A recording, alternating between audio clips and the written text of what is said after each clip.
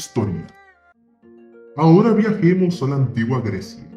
Bajo la vastedad de los cielos azules y la sombra majestuosa del monte Olimpo, la magia se hilvanaba en la tela de la vida cotidiana. No era un mero truco de ilusionistas, sino un abrazo íntimo con lo divino, un abrazo entre mortales y dioses olímpicos. La magia aquí no era un manto homogéneo, variaba como las olas del mar Egeo, tomando formas diferentes en cada ciudad-estado, cada culto y cada rito. Aquellos que navegaban en estas mareas místicas eran conocidos como Magoi o Goetes, hombres y mujeres que podían doblar la realidad a su voluntad, curando, protegiendo, adivinando, controlando el hilo de la vida con la gracia de un hilandero. Los antiguos textos que registraban estas artes místicas no eran manuales, sino ecos de un mundo lleno de encantamientos y deidades. Los oráculos caldeos, por ejemplo, eran faros de sabiduría, consejos para el viajero que busca respuestas, hilos de profecías. Las argonáuticas y las metamorfosis, por otro lado, encerraban la magia en historias de aventuras y transformaciones. Las deidades entrelazadas en la trama de la vida. Y en el corazón de este mosaico de magia se encontraban los himnos órficos. Estos antiguos versos, atribuidos al legendario Orfeo, eran llaves que desbloqueaban el poder y la protección de los dioses, una melodía divina que elevaba los rituales a la esfera celestial. Los sacerdotes de esta tierra antigua, al igual que los guardianes de cualquier tesoro precioso, eran custodios de estos conocimientos sagrados.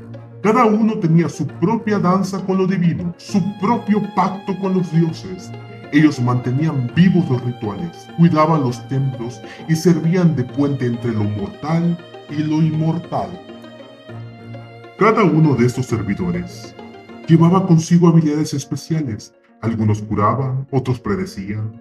Todos encendían la llama de la devoción y la fe. Entre ellos, los sacerdotes del oráculo de Delfos ocupaban un lugar especial. Ellos interpretaban los susurros de Apolo, traduciendo las visiones del futuro en palabras que podrían ser entendidas por los mortales. El oráculo de Delfos, en la cúspide de su gloria, era una joya en el corazón de la antigua Grecia. Sus sacerdotisas, las pitías, eran las voces de Apolo, los canales a través de los cuales fluían las profecías. Desde reyes hasta ciudadanos comunes, todos venían a consultar el oráculo, buscando en sus palabras divinas un espejo del futuro. En esta danza de la fe y la magia, la antigua Grecia era un escenario, un teatro lleno de personajes, cada momento imbuido de un misterio que solo podía ser comprendido a través del lenguaje de lo divino. Era una sinfonía eterna, una melodía de lo desconocido, una cuerda de la realidad. Gracias por acompañarnos en este video sobre la magia de la antigüedad. Esperamos que hayas disfrutado explorando la fascinante relación entre la magia y la religión en aquellas épocas. En nuestro próximo video nos adentraremos en un tema igualmente apasionante, el Kybalión y los principios herméticos de la magia. Descubriremos los fundamentos de esta antigua tradición hermética y cómo sus enseñanzas siguen siendo relevantes en la actualidad. Únete a nosotros para explorar los 7 principios universales del Kybalión. Te espero en el siguiente video y adéntrate en los misterios de la magia ancestral.